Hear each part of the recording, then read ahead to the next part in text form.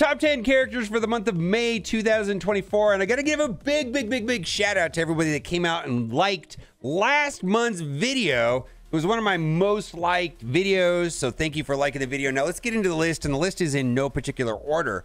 And every single character on this list, I am planning on taking into Dark Dimension 7 because they're good. And I think that's the right way about going through Dark Dimension, is like, I want to use the characters after Dark Dimension. So I'm not really like, are they good in Dark Dimension? Are they good everywhere? Are they good elsewhere in the game? Am I going to get value at them for a long time outside of Dark Dimension? Because Dark Dimension will be over and I'll still have the characters upgraded. So first one on the list is Apocalypse. From what I'm hearing is that it's highly suggested to do Apocalypse early, because the first couple of nodes seem to be tuned around Super Scroll and Apocalypse. So without a doubt, I'll be doing Apocalypse. Now, Apocalypse does a lot of really cool things. Of course, he goes and he strips all this effects and puts out trauma. And then if you're hitting a target with vulnerable, he'll stun them, and stun plus trauma is an amazing ability. And I feel like on my last list, it was all about stun plus trauma. And then he goes into his super basic, which is just delete nerds, right? I mean, there's so many cool things about Apocalypse, and I think he's going to be a very good character for a long time. I got to say this, though. Unlocking Apocalypse for newer players is a real hassle. I just feel like they didn't really think it through, what it was going to look like going forward with new players coming to the game and how to get Apocalypse. And these Horseman teams are not nearly as good as they once were. And guess what's not on this list? None of the Horsemen are on this list, right? And is it really going to be worth it going forward? We'll have to see. Next on the list is Kestrel. Kestrel is mythic. Gonna need her in Dark Dimension 7 for the mythic, which is the last stretch of nodes, which are the mythic characters, which are like the Dark Dimension characters loosely. I mean, you can use like Super Scroll, Apocalypse, Kestrel, Damu, and then you got to pick somebody else, probably Doom, or, you know, it depends on what you want to do. But anyways, Kestrel is part of Pegasus, and Pegasus is an amazing raid team. And of course, what Pegasus and Kestrel is known for is the ping. Whenever somebody with defense down is attacked, attack the most injured enemy for damage. And Kestrel has the mechanic, when she's charged, the summons don't work, which is very good. And I think that's going to be good for a long time. It was originally like an anti-Phoenix mechanic. Nightcrawler. Oh my God. I got to just say this. I started a new account a month ago, and I love the Extreme X-Men. It's my favorite team. I think it's relatively easy to get. You can get Nightcrawler through the Crucible store, so you can get a little bit of shards. I just love this guy. I think he's one of the best characters in the game. And if you've played against Nightcrawler, you don't control the enemy's Nightcrawler, you're in trouble. And you're kind of stuck between, do I go after Forge? Do I go after Gambit? Do I go after Nightcrawler? Because Nightcrawler is super hard to kill. And it feels like, to me, I always end up getting through the Nightcrawler last, just because of all the annoying defensive mechanics. Now, what's going to make Nightcrawler good for a long time is this charge mechanic, which works on X-Men allies. So it's not tied to Extreme, it's tied to X-Men. So if they come out with new X-Men or they rework the X-Men, Nightcrawler is still going to be very good. So I just think Nightcrawler is one of the best characters in the game. Love that guy. And he does all kinds of other stuff. He's got stun, and, you know, he's this all-around good guy. And he has a way of applying Expose, which synergizes well with Super Scroll.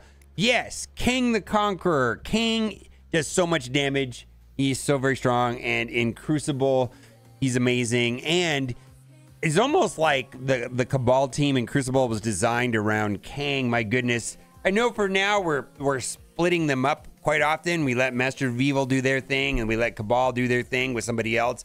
But Kang plus Cabal is over the top good. Now, I do think that Kang is going to be a good character for a long time, just because of this on offense fill speed bar for 5% for self and all allies. That is going to be a good mechanic for a long time.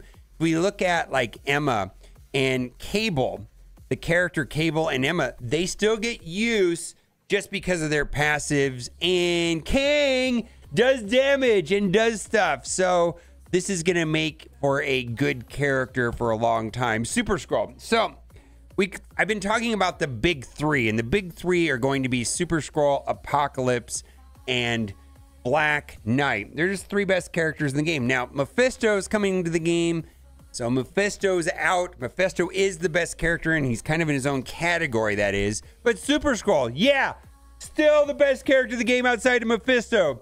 Even though Black Knight is like a counter in some way to Super Skrull. But what makes Super Skrull over the top good is how he gains speed, right? When an enemy gains a positive effect, or when this character or ally gains a negative effect, heal self for 5% of this character's max health. Fill this character's speed bar by 10%. They're starting to introduce counters to that, or something that negates that turn meter. We're seeing that like in the Cabal kit, in Crucible, kind of negates this.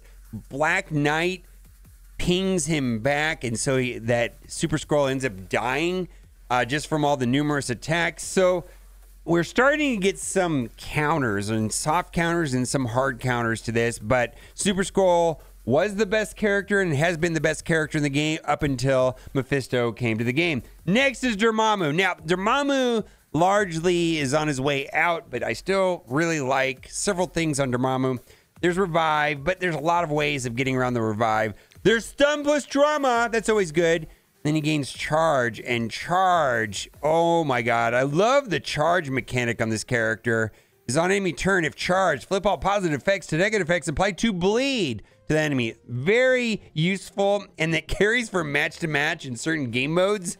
So you can leave yourself a problem if you leave the Dormammu on the board with Charge, and even though he comes with Exhausted, but then round 2 you're still dealing with that. Dormammu is still solid. Black Cat, I think, is going to remain pretty useful, plug and play. And of course, the whole team is good, right? Secret Defenders. Well, the trio is good with Ms. Marvel, Hardlight, and Robbie.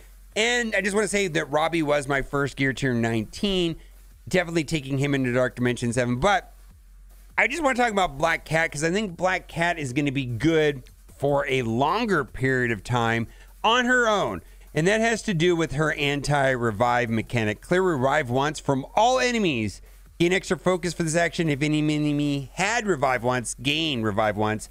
So this is going to make her viable for a long time. Plus, she has the ever important Stun plus Trauma. So Black Cat is good. Very, very good. Green Goblin.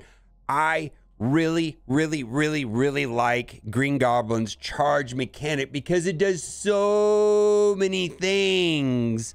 Gain 3 charge, right? While this character has Charge, lower damage by 15% of all enemies, lower resistance by 200% for all enemies. Ability block and vulnerable cannot be applied to self or any Sinister Six allies. And you look at like Iron Patriot on the Cabal team that applies vulnerable on spawn. Nope. And then the passive, or not the passive, what do they call it? The awakened ability. Gain 40% chance to counterattack for self and all Sinister Six allies. And that's in all game modes. So this is kind of interesting. If we look at the 3 awakened abilities on Green Goblin Classic, they were meant to be Crucible offense abilities. However, the kit was better than what it was stated, and they didn't remove this. They just added the text. So this text is new. And this is on his awakened abilities, which now you can purchase with Ultra Credits. They just changed the raid store. Gain 40% chance to counterattack for self and all Sinister Six allies. It does 2 different things, but that's the one. And that's in all different game modes. So that makes Green Goblin Classic, the legendary character, no-brainer, one of the best characters in the game. For sure. Next, Black Knight. Oh my God. I know some people say, I don't really get it. He doesn't seem that good to me. Oh, no, this guy's amazing. Absolutely amazing. Here's the thing. In these turn-based games like Marvel Strike Force and Galaxy of Heroes, there's always a special place for pre-taunting tanks. We're talking about Zombie Juggernaut and Drax and Red Guardian and Absorbing Man. They're good, right? There's always going to be a use for a pre-taunting tank. But Black Knight does stuff. Oh my God, he does damage based off of his health. He has ridiculous resistance, and you can't strip the positive effects. And when he's charged, he's doing that back ping, and he's just destroying Super Skull. Easily one of the best characters in the game. And I was talking about at the beginning of the video, the big three. The big three are Black Knight, Apocalypse, and Super Skull. You know, up until Mephisto, it was those three, the best three characters of the game. And how you use Black Knight in Cosmic Crucible, like on defense, and how you get around Black Knight, you know, like you have to really think about, how am I going to get through Black Knight? Am I going to use Big Time Spider-Man, or am I going to use Void Knight? I mean, Black Knight is the real deal. Void Knight. I use this guy in every single game mode. I use him in Arena, use him in Raids, Crucible, and War, and he's going to be good for a long time. And the reason for that is he goes very early in the match because he gets all this speed bar. He clumps everybody together, and he puts out a ability block, and he's a raider. He's going to be applying vulnerable. This is going to be very good for a long time. Or if you have to, you could steal 3 ability energy from the primary target, which is better than an ability block. Well, it does 1 ability energy, but in raids it does 3. This guy's amazing, and hopefully this guy will be farmable soon. My prediction is that it's probably sometime next week or the next 2 weeks we're going to have an announcement, and hopefully we'll get access to farm in some store or maybe a node. We don't know the details. Void Knight, Red Goblin, and Gwenum, but Void Knight's the one that I'm super excited about. Easily a top 10 character in my opinion, and not gonna much I gotta say about these two. Old Man Logan, yeah, this guy is gonna be good. I can't wait until we fully realize how strong this guy. His trial is starting on the 24th. I'm looking forward to it. Who do you think I forgot? If I forgot anybody, put it down in the comment section. As always, thanks for watching. Keep on gaming. Bye for now.